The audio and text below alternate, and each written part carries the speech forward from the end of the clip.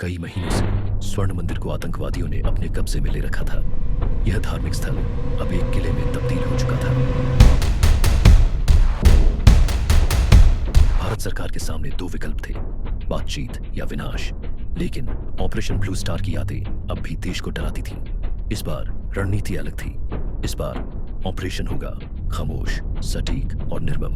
Operation blue star के बाद पंजाब अशांति के कगार पर था। सेना की कार्रवाई ने समाज को विभाजित कर दिया था। सरकार को इस बार ऐसी योजना बनानी थी जिससे न सिर्फ लड़ाई जीती जाए बल्कि जनता का विश्वास भी बरकरार रहे। इस बार आतंकवादी अधिक हथियारबंद थे। वे मंदिर के अंदर अपनी पोजीशन बना चुके थे और अगले हमले के लिए तैयार थे। लेकिन हम पिछली गलतियों को नहीं दोहराने वाले थे। गुप्त सरकारी बैठकें, अधिकारी एक टेबल के चारों ओर बैठे हैं, नक्शे फैले हुए हैं। लाल घेरे मंदिर परिसर के महत्वपूर्ण बिंदुओं को दर्शाते हैं। हमने उनकी आपूर्ति काटने का फैसला किया। न खाना, न पानी, न संचार।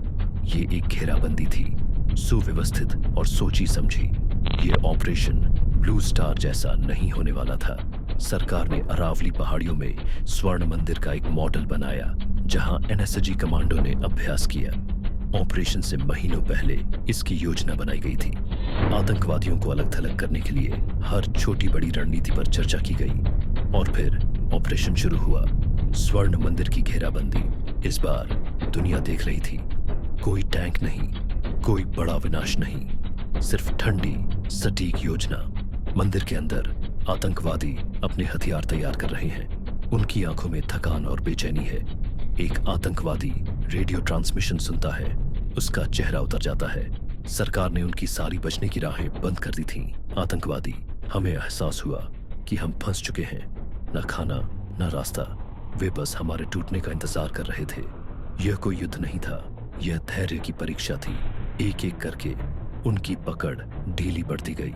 स्वर्ण मंदिर, 18 मई 1988।